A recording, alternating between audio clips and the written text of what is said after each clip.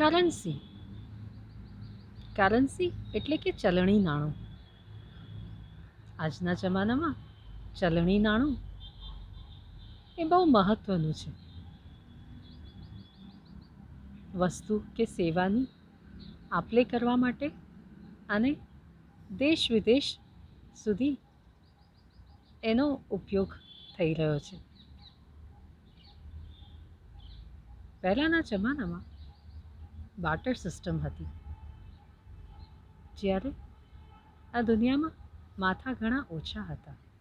એક વસ્તુની સામે બીજી વસ્તુની આપ-લે થતી. આજે વસ્તી વધારો કીડીનો રાફડો ફાટી નીકળે એ હદે આગળ વધ્યો છે. ત્યારે ચલણી નાણું એ દેશ વિદેશમાં વસ્તુ કે સેવાની આપ-લે કરવા માટે બહુ મોટું માધ્યમ છે. મની અને કરન્સી વચ્ચેનો તફાવત જોઈએ તો મની એ છે જે બેંકોમાં પડી રહ્યું છે, નાણું જેને કહીએ આપણે. પછી એ સંપત્તિ રૂપે પણ હોઈ શકે અને વાહન રૂપે પણ હોઈ શકે કે બીજી એવી સ્થૂળ સંપત્તિનો ભાગ કહી શકાય. જ્યારે કરન્સી કે ચલણી નાણું એ છે કેશ ઓન હેન્ડ, જેનો આપણે રોજિંદા જીવનની જરૂરિયાત માટે ઉપયોગ કરીએ છીએ. અને એ જ છે મોસ્ટ વોલેટાઇલ થિંગ, કે હાથ પર જે રોકડ છે એ જ ઉપયોગી છે. બાકી બેંકોમાં જે પડ્યું છે એ તો લોકોને બતાવવા માટે હોય છે. હવે બીજી દ્રષ્ટિએ જોઈએ તો ભાષા સાહિત્યમાં કરન્સીમાં હોવું એટલે કે ચલણમાં હોવું. આપણે જ્યારે ન્યૂઝપેપર કે ટીવી કે બીજા માધ્યમો દ્વારા સમાચાર મેળવીએ છીએ ત્યારે આપણે શું શોધીએ છીએ કે મોસ્ટ રિસન્ટ હેપનિંગ્સ શું છે,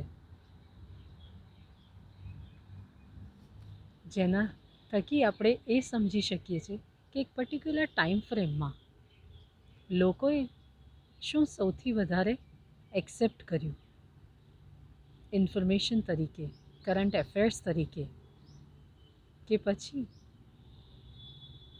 લોકો શું માહિતી એકબીજાને વહેંચી રહ્યા છે.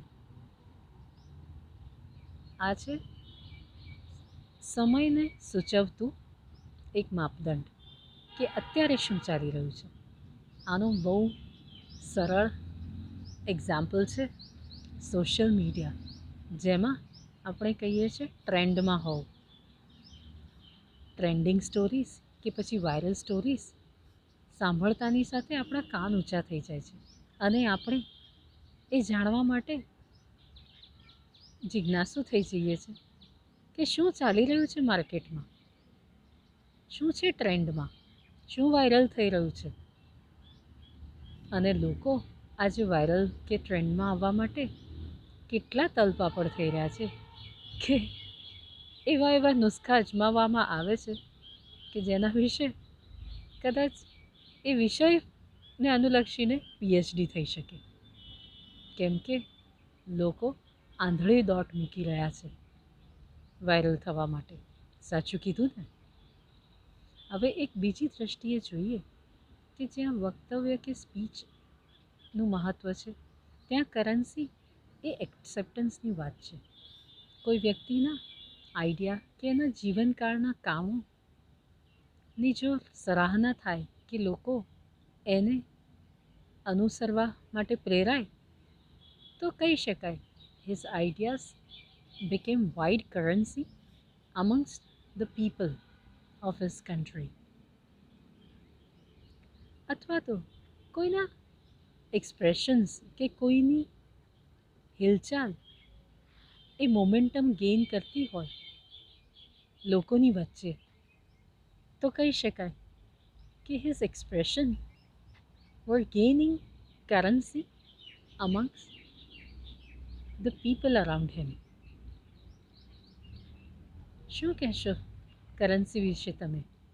આજના ડિજિટલ કરન્સી કે પછી ક્રિપ્ટોના જમાનામાં વિચારોની આપ-લે કર એ કરન્સી બની શકે?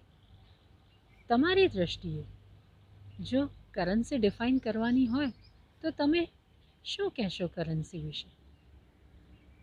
તમારું મંતવ્ય મને કોમેન્ટમાં ચોક્કસ જણાવો. જોડાઈ રહેવા માટે ખૂબ આભાર.